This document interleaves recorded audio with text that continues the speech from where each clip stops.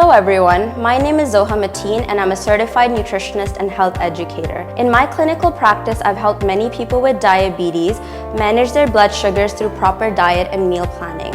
Now I'm going to introduce our 6 healthy snacks of the day. Each snack listed here is either a good source of protein, fiber, or fat. First off, we start with 1 metric cup of milk with a 1/4 cup of nuts. Another option for snacks is 1 piece of fruit, it can be any fruit, paired with 2 teaspoons of peanut butter. Or you can have a piece of fruit with a small amount of cheese. Next we have a low-fat yogurt, 1 cup with a little bit of granola on top. Then we have a whole wheat piece of bread with 1 tablespoon of all-natural peanut butter. And lastly, we have 3 cups of home popcorn. All of these snacks are only 15 grams in carbohydrates and they're all very healthy, so do try them.